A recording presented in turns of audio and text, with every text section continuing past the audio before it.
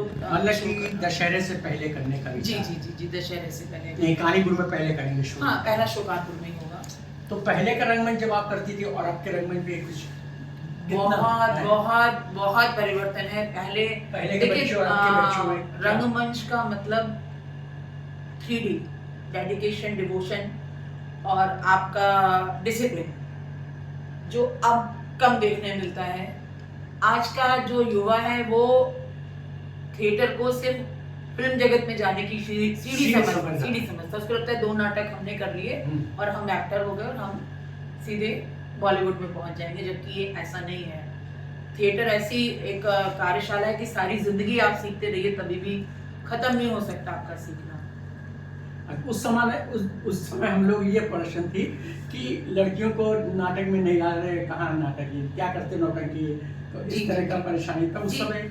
देखिए, आज भी वो परिस्थितियां लड़कियों के लिए कभी बदलती नहीं है, बट बात ये है कि आप किस ग्रुप के संग काम कर रहे हो, उसका वहाँ माहौल कैसा माहौल है। कैसा इस तरह। और मेरे ख्याल से दर्पण में कभी हमारी जो फीमेल पात्र हैं उनकी कमी शायद कभी नहीं कभी नहीं रही। रही। हमेशा ये होता था कि 6-6 7-7 फीमेल रही, हमने भी फीमेल देखा रही नाटक, है। ऐसी बात जी नहीं। जी जी। मगर ये कहते हैं कि अब लड़कियां रिहर्सल करना नहीं चाहती।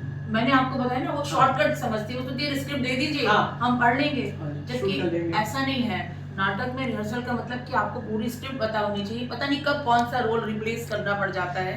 तो आज भी हम लोग हैं, हम लोग रिहर्सल में बैठते हैं, भले ही हमारा एक सीन हो, लेकिन हम पूरी स्क्रिप्ट को पढ़ते हैं। कई मान लो कोई ऐसा घटना हो जी, जाए, जी, वो नहीं जी, बात कर जी, सकता, जी, तो आप रोल कर सकते हो। जी जी बिल्कुल ये बिल्कुल। तो ये तो अच्छी अभी बात जैसे है। बिल्कुल लेटेस्ट हम लोगों ने विवांशु वैभव जी के निर्देशन में नसीबा वाली किया, हाँ। तो उसमें भी कम से कम 5-6 महिला पात्र हैं।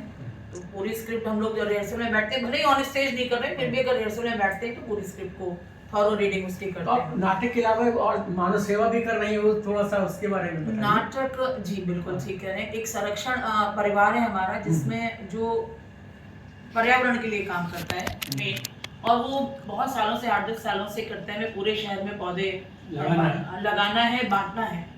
तो शुरू में काफी उपेक्षा भी, सही कह रहे, जब देखो पौधा लेके आ जाती हैं, लेकिन आज मैं खुश हूँ कि पूरा शहर पौधे बांटता है और उपहार स्वरूप पौधे ही देना पसंद किए जाते हैं। लेकिन कोविड में, क्योंकि मैं कलाकार क्षेत्र, कला के क्षेत्र से हूँ, तो जो कलाकार थे वो बिल्कुल, जैसा आप भी जानते हैं, हैंड टू माउथ हो गए थे, क्योंकि सब शोज बनते, सब कुछ थे।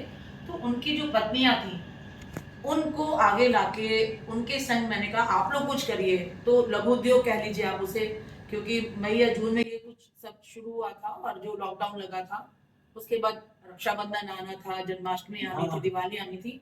तो उन महिलाओं को हमने राखी बनाना सिखाया, भगवान के वस्त्र बनाना सिखाया, चॉकलेट्स और घर में बनी हुई मिठाई, नान खटाई आदि, वो भी सिखाई। जिस और वो बनाने के बाद उनकी एग्जीबिशंस लगवाई, हम लोगों ने खरीदा आपस में, फिर उनकी एग्जीबिशंस लगवाई। तो महिलाओं को रोजगार मिला, आत्मनिर्भर हुई। और आज कम से कम 40 महिलाएं मेरे संग हैं संरक्षण में जी। जिसमें लेटेस्ट अभी एक महिला हमारी है जो अखबार से सब बनाती है, उनका हस्तनिर्मित जी। अच्छा। और उनको सीएम अवार्ड मिला है अभी। बहुत अच्छी बात है। अभी 15 अगस्त को वो लेके आई हैं। तो आप शिमला भी गई थी क्या करने? शिमला, क्योंकि डांस मेरा पैशन रहा है। डांस बिल्कुल ये कह लीजिए कि डांस के बिना कुछ नहीं है मेरी लाइफ में।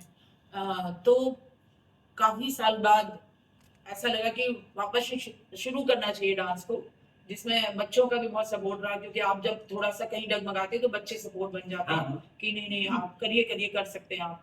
तो शिमला में ऑल इंडिया आर्टिस्ट एसोसिएशन है, जो रोहिताश गौड़ जी, अगर आप जानते हो, भाभी जी घर में है, उनकी संस्था है वो। उनके पिता सुदर्शन गौड़ की स्मृति में वो करते हैं, और ये 68th उनका था नाट्य और नृत्य समारोह होता है। जी जी जी जी।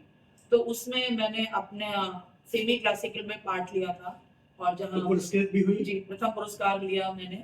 मुझे खुद नहीं मालूम था कि ऐसा भी हो सकता है, लेकिन हाँ, वो वापस आपका जो कॉन्फिडेंस था वापस भी आया उस पुरस्कार को जीतने के बाद।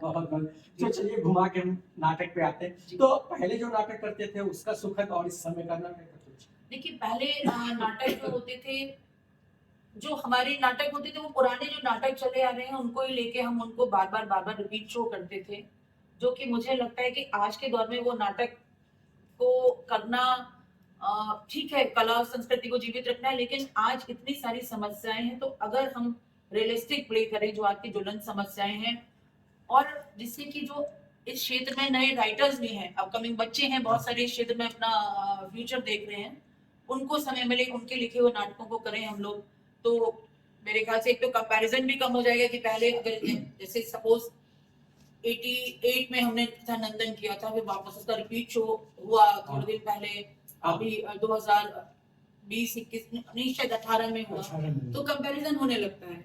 पहले वाला ठीक था, पहले वाला ये था, हाँ जी, ऐसा हाँ जी, है, समझ गया। तो ये कंपैरिजन भी खत्म हो जाएगा, क्योंकि देखिए पहले मैंने जैसे आपको बोला डिवोशन, डेडिकेशन और डिसिप्लिन, आज वो कम देखने मिलता है। आज लोग रिहर्सल को टाइम देते हैं, जबकि रिहर्सल कहावत है practice makes a man perfect. तो जब रिहर्सल नहीं करेंगे किसी चीज की तो परफेक्शन कैसे आएगा?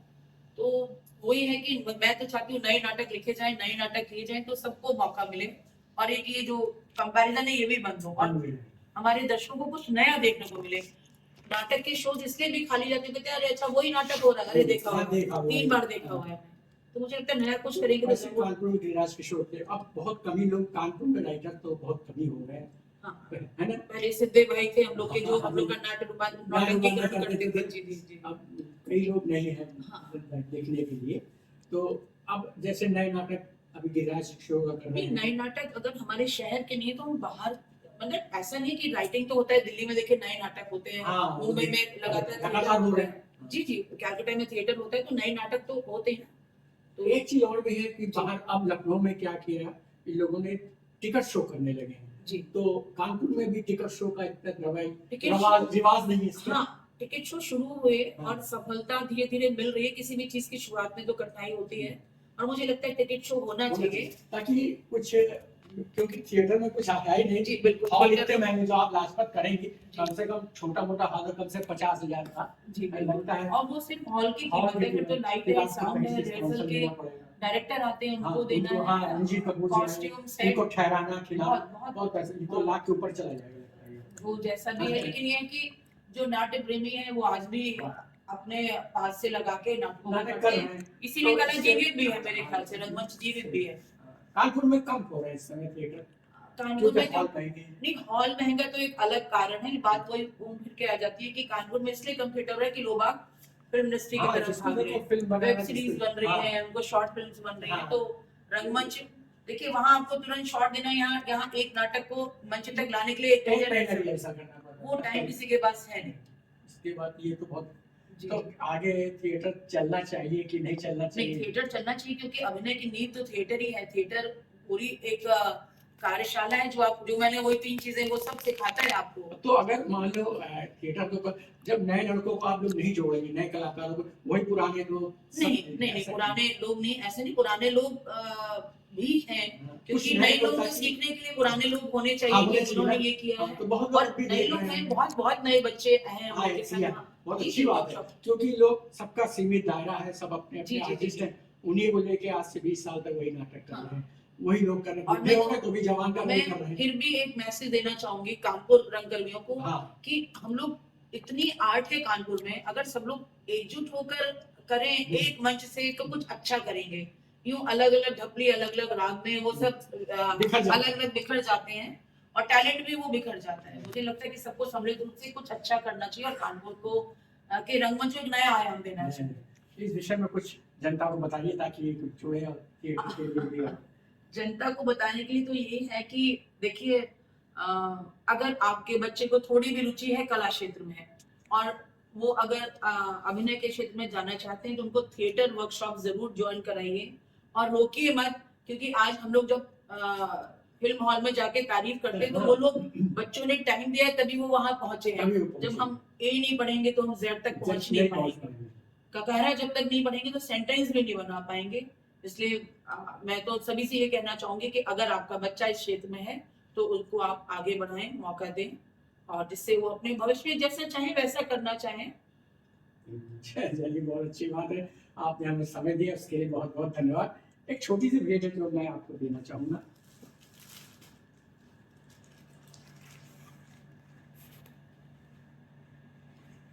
अरे सर, धन्यवाद आपका इस सम्मान के लिए।